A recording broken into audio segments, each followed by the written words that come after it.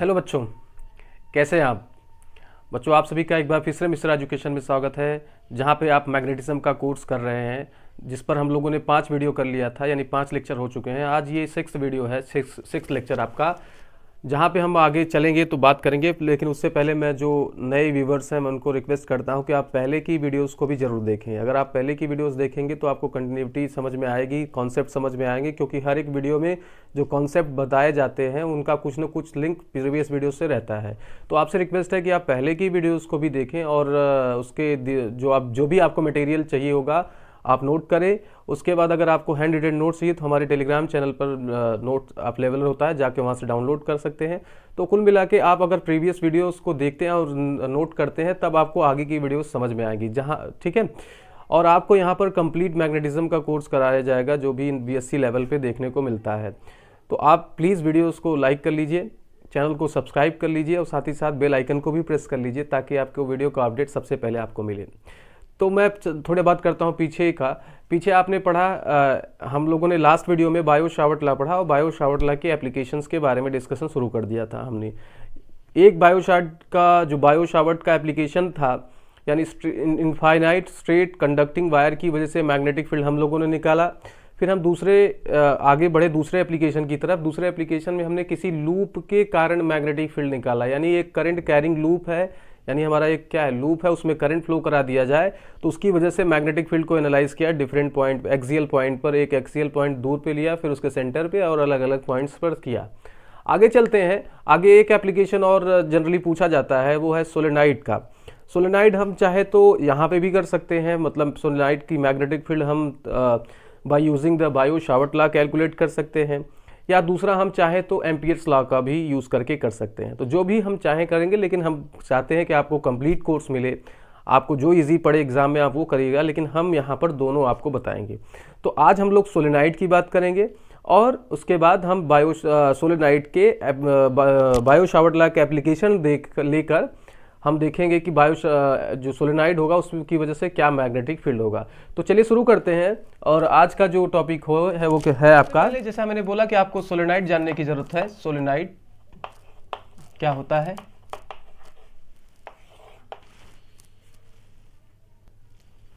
तो ये होता क्या है कि अगर हम क्या करें, एक हॉलो इंसुलेटर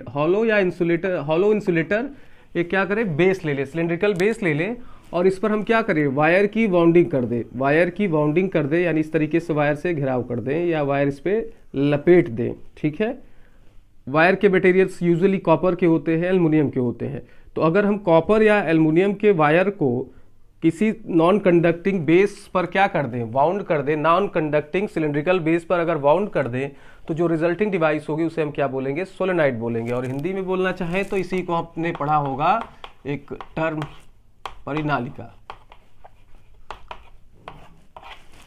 तो ये आपकी क्या होगी, सोलेनाइड बोले जाएगी, ठीक है। अब हम क्या करें, इसमें अगर हम करंट फ्लो कराते हैं, अगर मान लीजिए हमने इसे क्या किया, किसी सोर्स से कनेक्ट कर दिया, तो अब क्या होगा, इसमें करंट जाएगा और करंट जाने के कारण यहाँ पर क्या होगा, मैग्नेटिक फील्ड होगा, प्रोड्यूस होगा। अब हमें इसी मैग्नेटिक फील्ड की एनालाइजेशन या इसी मैग्नेटिक फील्ड की स्टडी करनी है यूजिंग बायो शावर्ट लॉ, यानी बायो शावर्ट लॉ का यूज़ करके हम फाइंड करेंगे कि मैग्नेटिक फील्ड का यहाँ पर क्या बिहेवियर होगा। तो चलिए करते हैं। पहले हम लोग सोलेनाइड की डेफिनेशन लिखते हैं, फिर हम लोग बायो शावर्ट लॉ का यूज़। तो सोलेनाइड क्या है, इफ कॉपर और aluminium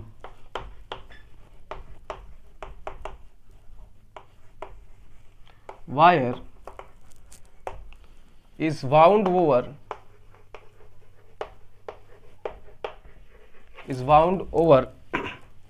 a cylindrical non-conducting base,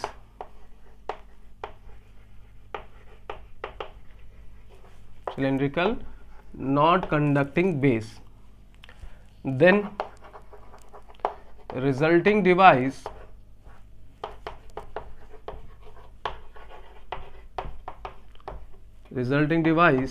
is called solenoid। यानी हम क्या करें, हिंदी मीडियम के स्टूडेंट्स मतलब एस्पिरेंट लिख सकते हैं कि अगर हम किसी बेलनाकार अचालक पर या कुचालक पर एल्युमिनियम अथवा कॉपर के वायर को या तार को लपेट दे तो जो डिवाइस बनेगी, जो आपकी यंत्र बनेगी, जो आपकी रिजल्टिंग डिवाइस होगी, उसको हम क्या बोलेंगे, सोलेनॉइड बोलेंगे। चलिए ये बात हमको समझ में आई। अब हम क्या करेंगे, इसमें करंट फ्लो कराएंगे और मैग्नेटिक फील्ड फाइंड करने की कोशिश करेंगे। ठीक है, तो अब नेक्स्ट टॉपिक जो हमारा है मैग्नेटिक फील्ड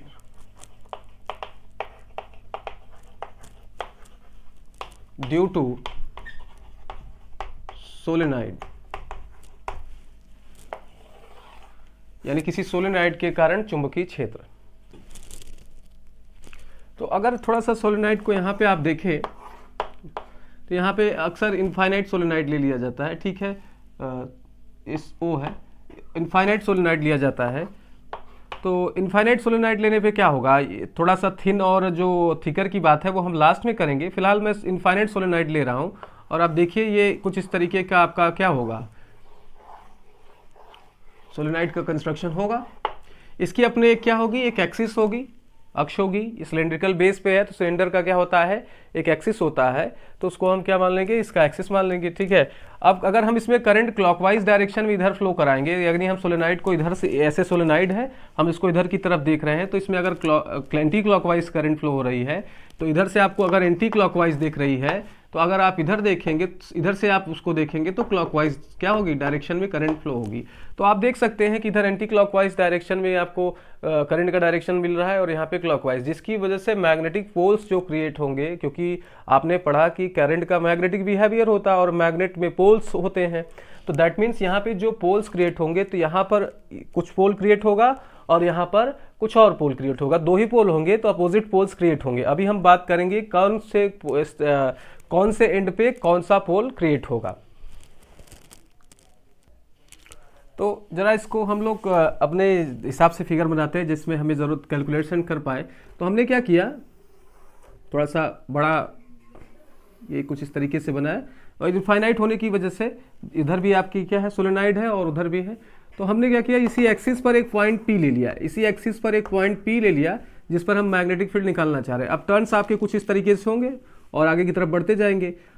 टर्न्स अब इनफाइनाइट लेने की वजह से हम लोग टोटल टर्न न लेके हम लोग क्या लेंगे, number of turns per unit length. हम लोग क्या ले लेंगे, यहाँ पे number of turns per unit length ले लेंगे। ठीक है, तो यहां पर हम लोग स्मॉल एल कंसीडर करेंगे, नंबर ऑफ टर्न्स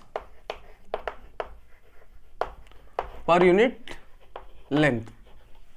ठीक है, तो इस पॉइंट P पर किसी, मान लीजिए यहां पर हमने एक छोटा सा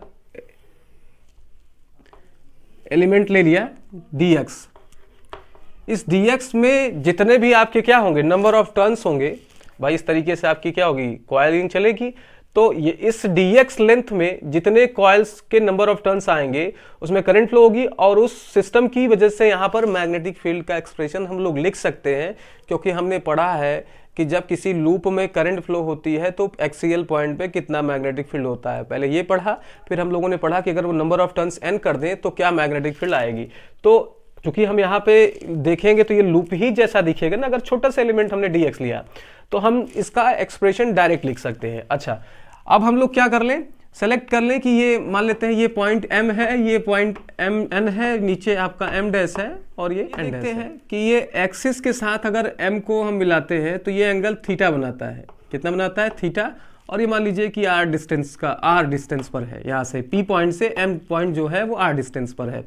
और ये dx लेंथ आपका, dx लेंथ के बाद आपका एक N पॉइंट है जो कुछ इस तरीके से यहाँ पे एंगल बना रहा है, वो एंगल बना रहा है d थीटा। और ठीक है, अब इन दोनों पॉइंट्स के बीच में और P पॉइंट के बीच में, यानी M और P के बीच का डिस्टेंस और N और P के बीच का डिस्टेंस में बहुत माइनर सा फर्क है जरूर। और वो कितना होगा, वो उसको निकालने के लिए आपको डालना पड़ेगा यहाँ पर परपेंडिकुलर। तो ये जो एक्स्ट्रा डिस्टेंस आपको दिख रही है वो आपके Mn दैट मीन्स MP और MP और NP के बीच का डिस्टेंस होगा। मतलब एक्स्ट्रा डिस्टेंस जो आपका है, इनके बीच का जो डिफरेंस है वो आपका यही होगा। तो इसको आप क्या कर लीजिए, क्यू नाम दे दीजिए। तो यहाँ पे क्यू एम जो होगा वो एक्स्ट्रा डिस्टेंस होगा, याद रखिएगा। एक्स्ट्रा डिस्टेंस मतलब दोनों के डिस्टेंस का डिफरेंस। चलिए, ये बात हमको समझ में आ गई, फिगर समझ में आ जाएगा तो कैलकुलेशन आसान है।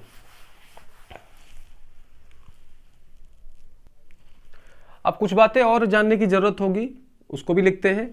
ये मान लेते हैं कि इसका जो सिलिंड्रिकल बेस है उसका रेडियस ए है, तो जो क्वाइलिंग बनेगी उसकी भी रेडियस ए ही मानी जाएगी, ठीक है। तो ये भी सपोज हो गया।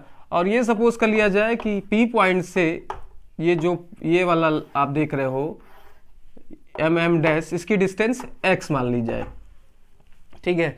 तो अब हमें जितनी भी इंफॉर्मेशन ज़रूरत है, जितनी ज़रूरत पड़ेगी उसको हम लोगों ने मान लिया। एक चीज़ और यहाँ पे कि आई करंट फ्लो हो रही है, यानी हर एक टर्न्स में आई करंट हम अगर दे दें तो सारे टर्न्स में जो करंट की वैल्यू होगी वो आई होगी। तब हम लोग क्या कर सकते हैं, पहले हम लोग ये फाइंड कर लें कि इतने रीजन में, इस रीजन में कितने नंबर ऑफ टर्न्स आएंगे। Number of turns in dx length. अब हमें पता है कि स्मॉल n क्या है हमारा, number of turns per unit length. तो अगर हम डिस्टेंस से मल्टीप्लाई कर देंगे तो हमें पता लग जाएगा कि इस रीजन में कितने नंबर ऑफ टर्न्स आने वाले हैं। तो वो आ जाएंगे आपके n इंटू डी एक्स आ जाएगा। इसे इक्वेशन 1 दे दिया जाए। अब हमें पता है कि अगर किसी लूप की वजह से हमें मैग्नेटिक फील्ड निकालना हो तो उसका क्या एक्सप्रेशन होगा। ये क्लास में पिछले वीडियो में, जस्ट पिछले इसके वीडियो में किया जा चुका है, आप वहां जाके इसको देखें। तो मैग्नेटिक फील्ड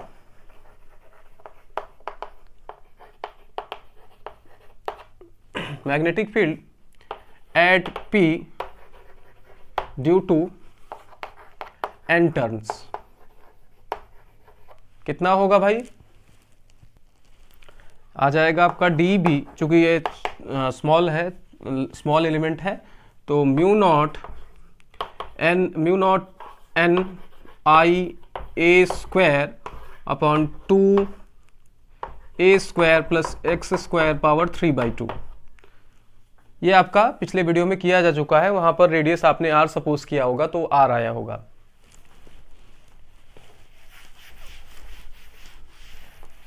अब n की जो वैल्यू है इसमें रख दिया जाए। Putting the value of n, क्या मिलने वाला है dB। dB आपका मिल जाएगा, मॉड ऑफ dB रखिए, म्यू नॉट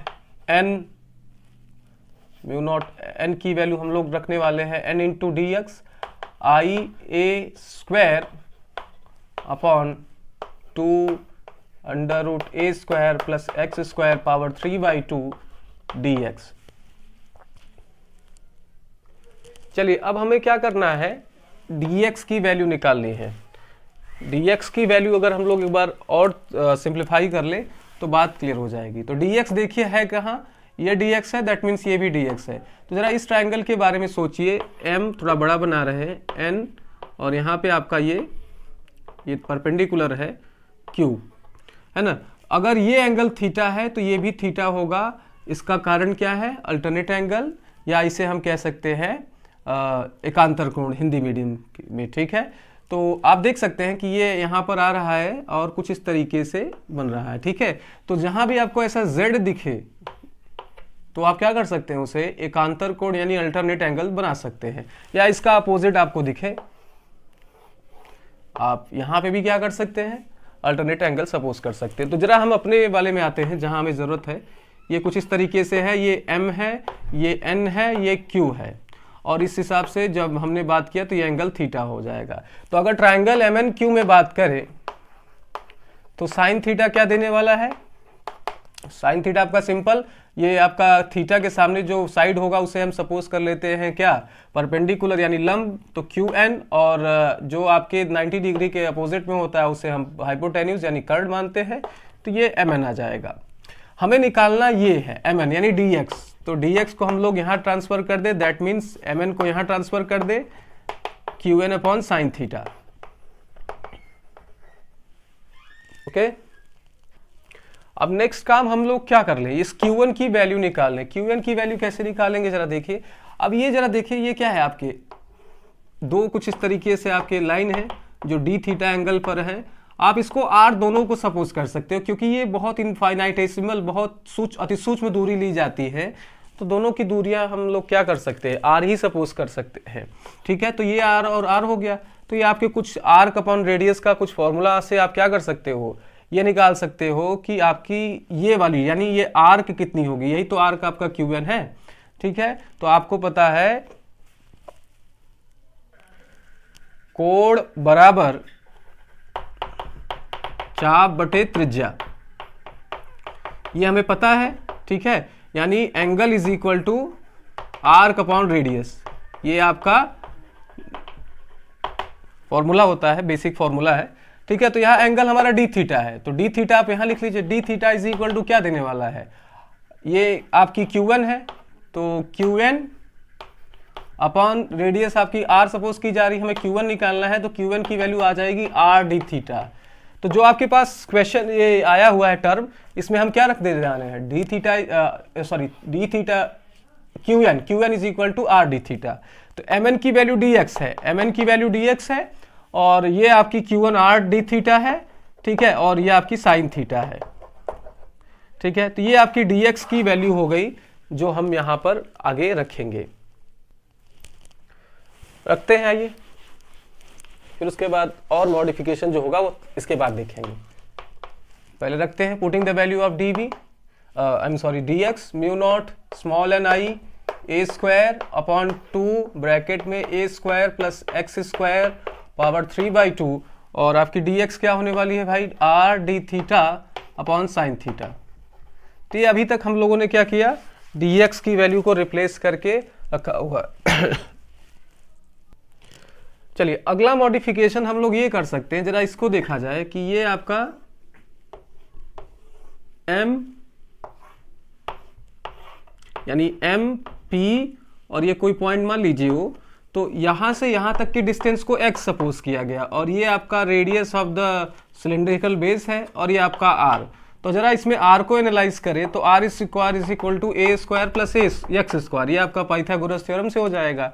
तो आप इस इक्वेशन को जरा देखिए, mu naught N I A square 2r square bracket में रहेगा पावर 3/2 क्योंकि ए स्क्वायर एक्स स्क्वायर को हमने क्या किया, आर स्क्वायर के इक्वल में लिख दिया, into R D theta upon sine theta.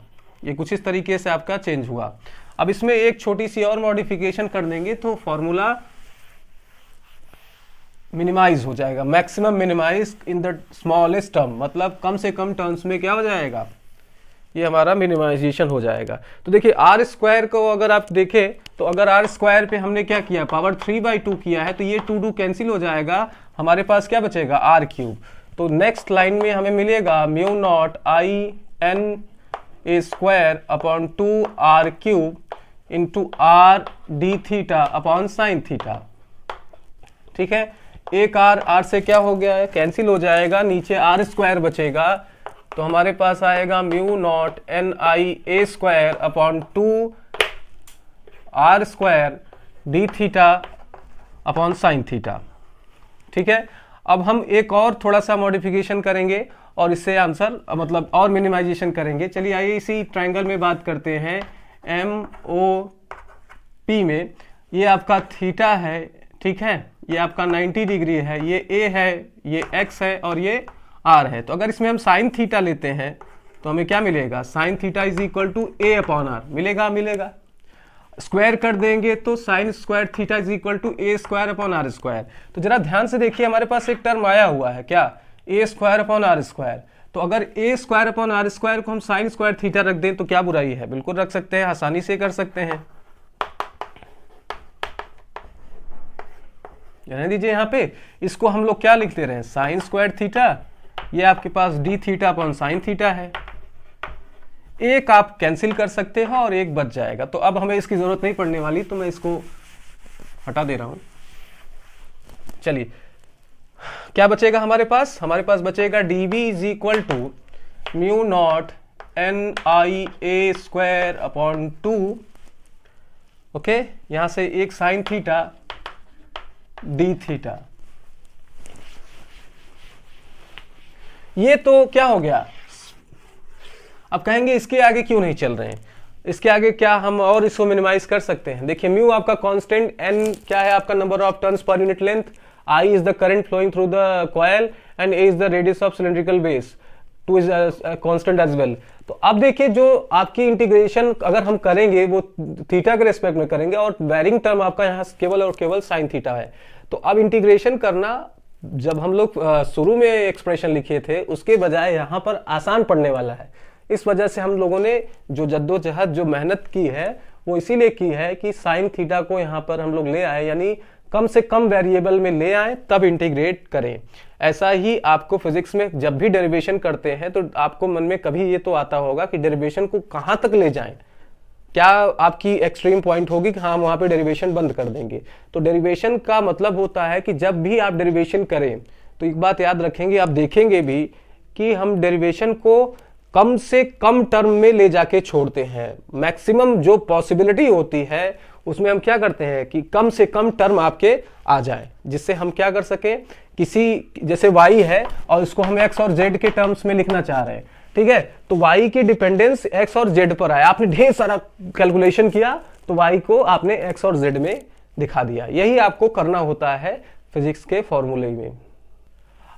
अब हम लोग बात करते हैं एंगल की बारे में, मतलब इसका इंटीग्रेशन कहां से कहां तक करेंगे। आपने पी पॉइंट लिया तो पी पॉइंट में आपने ये क्या कर रहे हैं, एक आप इधर एक तरफ एंगल ले लीजिए, एक इधर की तरफ एंगल लीजिए, तो एक अल्फा ले लीजिए और दूसरा एंगल आप क्या ले लीजिए, बीटा ले लीजिए, ठीक है। तो इधर के एंगल्स को आप अल्फा ले लीजिए, इधर के एंगल्स को आप बीटा ले लीजिए किसी भी एक रेफरेंस पॉइंट के अकॉर्डिंग। तो इसको हम इंटीग्रेट कर देंगे अल्फा बीटा से, ठीक है, यानी इनिशियल लोअर लिमिट अल्फा और अपर लिमिट बीटा। तो ठीक है, integrating above equation in the limits of alpha and beta. तो आप क्या करेंगे, नेट मैग्नेटिक फील्ड के लिए हमें इंटीग्रेट करना होगा अल्फा टू बीटा, और आप जब देखिए इंटीग्रेट करेंगे तो ये पूरा पूरा टर्म क्या होगा, कांस्टेंट होगा, बाहर आ जाएगा, mu naught N I A square upon 2, bracket में क्या बचेगा, sine theta D theta alpha two beta. और इंटीग्रेशन आप करेंगे तो साइन थीटा का इंटीग्रेशन माइनस कॉस थीटा होगा, और अपर लिमिट और लोअर लिमिट रख देंगे तो हमारा जो फाइनल एक्सप्रेशन बनेगा वो बनेगा म्यू नॉट एन आई अपॉन 2, ब्रैकेट में आप देखिए, अगर आपको दिक्कत हो रही तो ऐसे देखिए क्या होगा, माइनस कॉस थीटा आएगा और नीचे आपका अल्फा और बीटा। अब थीटा की जगह आप क्या रखेंगे, एक बार अपर लिमिट रखेंगे, एक बार लोअर लिमिट रखेंगे, ठीक है, और आप जब रखेंगे तो minus cos beta minus minus plus होके कॉस अल्फा देगा, तो कॉस अल्फा आपका आगे आ जाएगा। ये माइनस की वजह से ऐसा हो रहा है, याद रखिएगा, म्यू नॉट एन आई अपॉन 2, ब्रैकेट में आपका cos alpha minus cos beta. तो ये आपका फॉर्मूला होगा किसी सोलेनाइड की वजह से magnetic field at the axial point या इनसाइड द पॉइंट, ठीक है, इसको आप नोट करें, फिर इस पे केसेस डिस्कस करते हैं।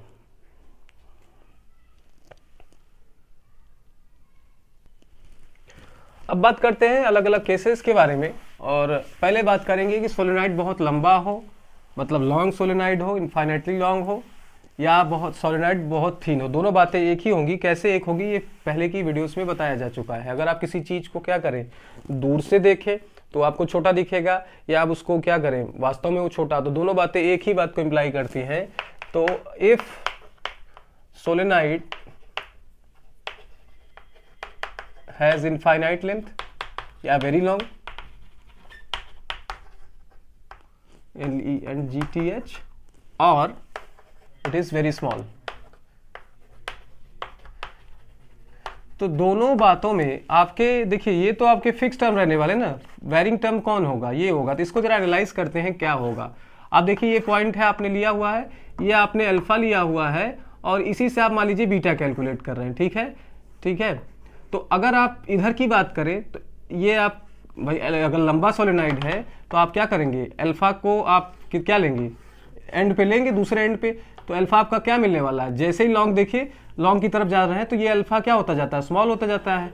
और अगर आप इनफाइनाइट लॉन्ग ले लेंगे तो ये अल्फा आपका 0 होगा। वहीं आपका बीटा देखिए, अगर आप इस पॉइंट को लेते हैं तो बीटा ये होगा, इस पॉइंट को लेंगे तो बीटा ये होगा, इस पॉइंट को लेंगे तो बीटा ये होगा। तो जैसे जैसे आप राइट साइड में जाते जाएंगे बीटा की वैल्यू बढ़ती जाएगी, और एक समय आएगा कि बीटा की वैल्यू क्या हो जाएगी, पाई हो जाएगी। यानी इनफाइनाइटली लॉन्ग सोलेनाइड के लिए हमारा जो अल्फा होगा वो हो जाएगा 0 को टेंड करेगा, और वहीं बीटा हमारा पाई को टेंड करेगा 180 डिग्री को।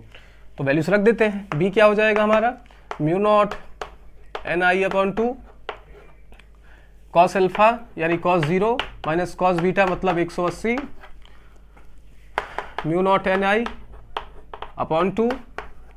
कॉस 0 की वैल्यू 1 होती है, कॉस 180 की वैल्यू -1, तो ये 1 माइनस 1 कर देंगे तो ये +1 हो जाएगा। तो बीटा की वैल्यू क्या हो जाएगी 112 कैंसिल हो जाएगी, आपको वैल्यू देगी म्यू नॉट एन आई।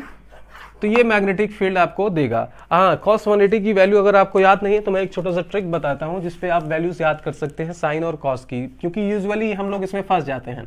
तो पहले हम साइन की बात करें। अगर आपको साइन की वैल्यूज बहुत जो रेगुलर मतलब हम लोग बहुत जनरली यूज करते हैं उनको तो 0 होता है, 45 होता है, 30, 60, 19 की वैल्यू पता है, लेकिन 180, 270 हमें कंफ्यूजन होती है। तो आप देखिए, जब आप साइन के लिए बात करें, साइन के लिए ध्यान दीजिएगा, साइन तो ये 0 होगा, ये 180 और ये 90 और 270 होगा। आप जब इस एक्सिस पर कोई एंगल लेंगे तो साइन हमेशा 0 देगा, यानी साइन 0 आपको 0 देगा, साइन 180 0 देगा। अगर आप फिर से घूम के आएंगे तो फिर यहाँ पे जब पहुंचेंगे 0 देगा, यानी जब भी आप इस एक्सिस पर कोई एंगल लेंगे साइन 0 देगा। वहीं अगर आप यहाँ पर आ जाए तो साइन 90 आपको 1 देता है और साइन 270 -1। तो साइन, अब अगर आप घूमते घूमते ऐसे आ रहे हैं, भैया आप एंगल बढ़ाते जा रहे हैं, तो अगर आप यहाँ पर आ गए, कुछ भी एंगल हो, ठीक है, वो 1 देगा।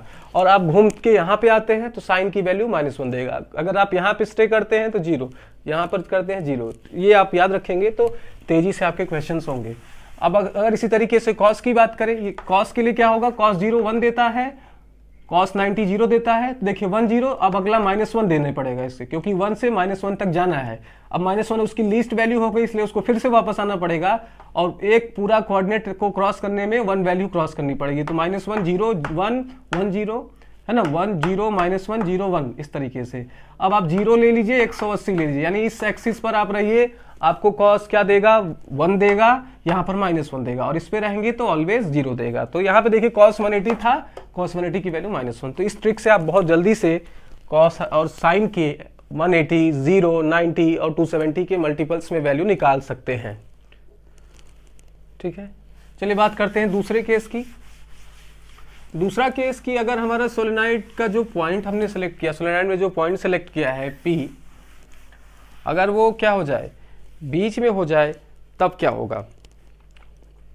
बीच में मतलब आपका इनफाइनाइट सोलेनॉइड है और उसमें हम लोगों ने क्या किया, एक जो पॉइंट्स लिया है P, उसको किनारे पर ले ले, क्या ले ले, एंड पर ले ले। तो होगा क्या, देखिए आपने इसको यहाँ पे पॉइंट लिया, तो जो आपका अल्फा एंगल होगा वो तो 0 होगा, क्योंकि ये इस तरफ इनफाइनाइट है और इस तरफ आपका ये एंड पता है, तो ये एंगल कितना होगा, π/2 होगा। तो फॉर इफ केस 2 कर लीजिए, if point is at one end, एक किनारे हो, तो क्या होगा, आपकी अल्फा तो 0 हो जाएगी और बीटा हो जाएगा π/2 यानी 90। तो अब देखिए, अब अगर cos अल्फा की वैल्यू आप 0 रखेंगे तो cos 0 1 देगा और cos 90 आपको क्या देगा, cos 0 1 देगा और cos 90 आपको 0 देगा। तो सिर्फ आपको यहाँ 1 मिलेगा, तो किनारे पर आपको जो मैग्नेटिक फील्ड मिलेगा वो जस्ट हाफ होगा, आप देख सकते हैं फॉर्मूले से। ठीक है, तो इस तरीके का आपका एक्सप्रेशन आता जाएगा। अब हम लोग इसके थोड़े से नेचर की बात करते हैं, कर्व की बात करते हैं, कैसे आप देख रहे हैं। तो आपने देखा कि जब हम क्या हो रहे हैं, बीचों बीच हैं तो किसी थिन सोलेनॉइड पर, तो मैग्नेटिक फील्ड क्या मिल रहा है आपको, B = μ0 NI। Maximum magnetic field कहाँ मिलेगा, बीच वाले पॉइंट पर, और जैसे जैसे किनारे पे आएंगे तो हाफ मैग्नेटिक फील्ड मिलेगा। तो ये आप सपोज कर लीजिए कि आप एक किनारे पर हैं, ठीक है, तो यहाँ पर मैग्नेटिक फील्ड कितना मिला, B = μ0 N, यहाँ पे लिख दे रहा हूँ मैं, μ0 NI/2। और जैसे जैसे आप बीच की तरफ चलते गए, यानी सोलेनॉइड में अंदर की तरफ, मैग्नेटिक फील्ड बढ़ती जाएगी और कितना पहुंचेगी, मैक्सिमम, और उसकी वैल्यू क्या होगी, μ0 NI। फिर उसके बाद फिर आप जैसे आप देखिए, एक किनारे से चले, यहाँ पे पहुंचे तो आपने ये देखा, फिर बीच में पहुंचे तो आपको ये मिला, फिर जब किनारे पहुंचने लगेंगे तो मैग्नेटिक फील्ड फिर से आपको यही मिलेगी। तो इस तरीके से मैग्नेटिक फील्ड आपको मिलेगी। ये B एक्सिस हो गया और ये X एक्सिस हो गया, डिस्टेंस वाला। तो सोलेनॉइड का मैग्नेटिक फील्ड का ग्राफ कुछ इस तरीके से होता है। अब जो क्वेश्चन पूछे जा सकते हैं, ये तो फॉर्मूले से रिलेटेड पूछे जा सकते हैं, वो अलग बात है। एक ये पूछा जा सकता है कि मैग्नेटिक फील्ड को स्ट्रांग बनाने के लिए क्या किया जाता है। हम लोग क्या करते हैं, जो सिलेंड्रिकल हॉलो सिलेंडर था, खोखला आपका बेलन था, उसके अंदर क्या करते हैं, फेरोमैग्नेटिक मटेरियल इंसर्ट कर देते हैं। तो इसको थोड़ा इंपॉर्टेंट पॉइंट्स में लिखते चलेंगे। We insert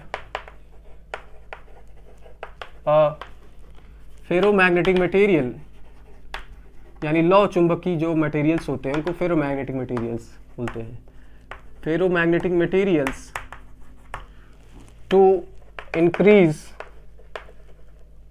the magnetic field due to solenoid. Solenoid में मैग्नेटिक फील्ड को बढ़ाने के लिए हम लोग क्या करते हैं, फेरोमैग्नेटिक मटेरियल रखते हैं, क्योंकि फेरोमैग्नेटिक मटेरियल्स क्या करता है, आसपास की मैग्नेटिक फील्ड लाइंस को अलाउ करता है कि वो उसके थ्रू होके जाए। तो इस वजह से आपको मैग्नेटिक फील्ड स्ट्रॉन्गर मिलने लगेगी। दूसरी पॉइंट ये कि किस पोल पर, मतलब अगर हम बात करें, यहाँ पे आपने देख रहा इस तरह, आपने देखा कि कहा कि मैंने शुरू में ही बोला कि आपको अगर यहाँ पे अगर क्लॉकवाइज करंट दिख रही है तो यहाँ पे आपको क्या दिखेगी, एंटी क्लॉकवाइज। तो किस एंड पर कौन सा पोल क्रिएट होगा उसको जानने की जरूरत है। तो अगर if current is looking in clockwise direction, यदि करंट क्या हो रही है, दक्षिणावर्त, क्लॉकवाइज को हिंदी में दक्षिणावर्त बोलते हैं, तो आपको कैसे पता लगेगा। आपने देखा, चलिए मान लीजिए मैंने देखा इस तरीके से करंट क्लॉकवाइज यानी घड़ी के चलने की दिशा में चल रही है, तो आपको ये बताना है कि वहां पर कौन सा पोल क्रिएट होगा, क्योंकि मैग्नेटिक फील्ड अगर प्रोड्यूस कर रही है आपकी सोलेनाइड तो इसकी मैग्नेटिक पोल्स होनी चाहिए। तो किस तरीके से देखेंगे हम लोग, अब हम लोग क्या कर लेंगे, जैसे ये इसका है उसी तरीके से हम शेप बनाएंगे। अब ये देखिए दो ही पोल्स होते हैं, नॉर्थ और साउथ, इससे कौन सा शेप, अगर आपको दिक्कत होती है, कुछ लोग कहते हैं कुछ भी बना देते हैं सर, चलिए अब मैं ऐसे ही बनाता हूं दोनों केसेस में, ये मैंने ऐसे बना लिया और ये ऐसे बना लिया। अब मैं अगर इसको मिलाता हूं तो क्या ये आपका एन है, क्योंकि एन तो आपका ऐसे होता है, तो ये एन नहीं है, तो दूसरा क्या पोल होगा, साउथ पोल होगा। ठीक है, तो यहां पर आपका साउथ पोल क्रिएट होगा। जब आपको करंट क्या होगी, किसी एंड में क्लॉकवाइज डायरेक्शन में दिखेगी, तो वहां पर आप जान लीजिए कि साउथ पोल जैसा वो काम करेगा। ठीक है, इसके अपोजिट में बात करें, यानी current, if current is in anti clockwise direction, anti clockwise direction, तब क्या होगा, आप देखिए यहां पे मैंने लिया और ये मैंने कुछ इस तरीके से करा है। तो एक मैं इधर से ले लेता हूं एक वेक्टर टाइप का और एक इधर से ले लेता हूं इस तरीके से, मान लीजिए। अब इन दोनों को मिलाने का क्या चांस है, यही है ना। अब ये आपका कैसा दिख रहा है, एन जैसा दिख रहा है ना, तो यहाँ पर आपको क्या होगा, नॉर्थ पोल मिलेगा। यानी करंट आपका क्या हो, अगर एंटी क्लॉकवाइज डायरेक्शन में किसी टर्न पर आपको दिख रहा है तो वो आपका नॉर्थ पोल जैसा सोलेनाइड में एक्ट करेगा। तो इस तरीके से आप जान सकते हैं कि कहां पर कौन सा पोल क्रिएट होगा, ये आपसे पूछा जा सकता है, इस वजह से इस पे थोड़ा ध्यान दीजिएगा। चलिए आगे चलते हैं, कुछ और बातें करते हैं इस पे। अब बात करते हैं, अगर हमारा सोलेनाइड बहुत क्या हो, थिन या लंबा हो या बहुत लॉन्ग हो, तो आपको अंदर जो मैग्नेटिक फील्ड मिलेगी वो यूनिफॉर्म मिलेगी। क्या मिलेगी, यूनिफॉर्म मिलेगी। और जस्ट बगल में आपको मैग्नेटिक फील्ड जीरो मिलेगी।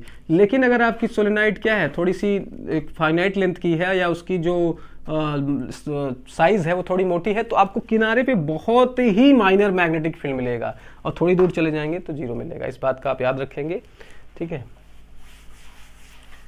किनारे पे आपको मिलेगा और सॉरी किनारे पे आपको जस्ट नहीं मिलेगा, थोड़ा दूर जाने पे बहुत ही माइनर मैग्नेटिक फील्ड मिलेगी। लेकिन आपसे पूछेगा थिन के लिए, इफ थिन और very long solenoid is given, ठीक है। तो आप ऐसा कर लीजिए कि बी आपका इनसाइड क्या होगा, यूनिफॉर्म होगा और किनारों पर मैग्नेटिक फील्ड आपको जीरो मिलेगा। यानी अगर आपको सोलेनाइड कुछ इस तरीके से दे दिया जाए, कुछ इस तरीके से दे दिया जाए, तो इनसाइड में आपको मैग्नेटिक फील्ड यूनिफॉर्म मिलने वाली है और किनारे पर मैग्नेटिक फील्ड जीरो मिलने वाली है। सारी बातें तो हो गई, लेकिन अभी हम लोग ये नहीं जान पाए कि मैग्नेटिक फील्ड का डायरेक्शन कैसे निकालेंगे सोलेनाइड में। तो हम लोग यूज करेंगे राइट हैंड कर्ल रूल का। यानी राइट हैंड को हम क्या करेंगे, करंट के डायरेक्शन में कर्ल करेंगे, और जो थंब एक्सप्रेस करेगा वो क्या एक्सप्रेस करेगा, magnetic field. To find the direction of magnetic field due to solenoid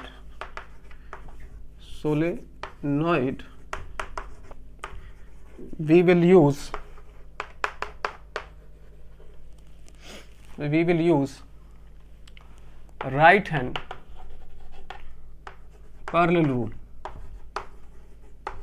CUR curl rule. ठीक है, इसे ग्रेस्प रूल भी कहते हैं। यानी अगर आपको कुछ इस तरीके से सोलेनॉइड दिया है, अरे सही से बनाया जाए नहीं तो आपको कंफ्यूजन होगी, कुछ इस तरीके से,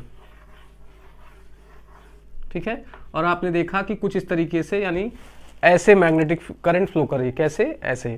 अगर आपको समझने में दिक्कत हो रही है तो आप अपने घड़ी के डायरेक्शन में मिला लीजिए। ठीक है, तो आप क्या करेंगे, आप देखेंगे कि आपको क्या करना है, अपने फिंगर्स को किस तरीके से रोटेट करना है, जैसे हमारी करंट कर रही है। तो हम क्या कर रहे हैं, वॉच के डायरेक्शन में ले रहे हैं, तो वॉच क्या होगा, किस तरीके से, अगर मैं इधर देख रहा हूँ तो ऐसे करेगा, तो यहाँ पे मैग्नेटिक फील्ड क्या होगी, अंदर की तरफ, मतलब इस तरीके से मैग्नेटिक फील्ड आएगी और यहाँ से निकलेगी, फिर वापस अंदर आएगी। तो इस तरीके से आपका इसमें ये क्वेश्चंस आ सकते हैं। चलिए बच्चों, आज के लिए इतना ही रखते हैं। उम्मीद करता हूँ आपको वीडियोस पसंद आ रही है। अगर आप नए व्यूवर्स हैं तो आप पहले की वीडियोस को भी देखिए, अगर आप पुराने व्यूवर्स हैं तो आपको समझ में आ रहा होगा। तो उम्मीद कर रहा हूँ कि आपको वीडियो पसंद आ रही है। अगर पसंद आ रही है तो बच्चों वीडियोस को लाइक करना ना भूलिए, और साथ ही साथ वीडियोस को पूरा देखा करिए। आधा देखने से कुछ होता नहीं है, आप देखें, आधा समझ में आया, आधा नहीं समझ में आया तो आपको लगता है कि अरे टीचर अच्छा नहीं। तो वीडियोस को पूरा देखें और चैनल को आप शेयर करें, साथ ही साथ सब्सक्राइब भी कीजिए और बेल आइकन को भी दबाइए, ताकि वीडियो का अपडेट आपको सबसे पहले मिले और आप वीडियोस को देखें। हाँ, आपके एग्जामिनेशन के लिए जो भी बन सकेगा मैं आपके लिए करूंगा। आप मेरे गिवन लिंक्स किसी भी तरीके से चाहे बात करना चाहें तो कर सकते हैं। आपके स्टडी मटेरियल यानी नोट्स भी आपको टेलीग्राम पे अवेलेबल हो जाएगा। 2-3 लेक्चर का एक साथ होता है, इसलिए अगर आपको एक लेक्चर का, जैसे ये 6ठा लेक्चर है तो 4 लेक्चर तक हो चुका है। अब जब हम 7-8 करेंगे या टॉपिक एक बढ़िया टॉपिक कवर हो जाएगा तो हम एक साथ अपडेट कर देंगे। ठीक है, तो आपको देखने में लिखने में आसानी होगी। तो चलिए आज के लिए इतना ही रखते हैं। बहुत बहुत धन्यवाद आप सभी का।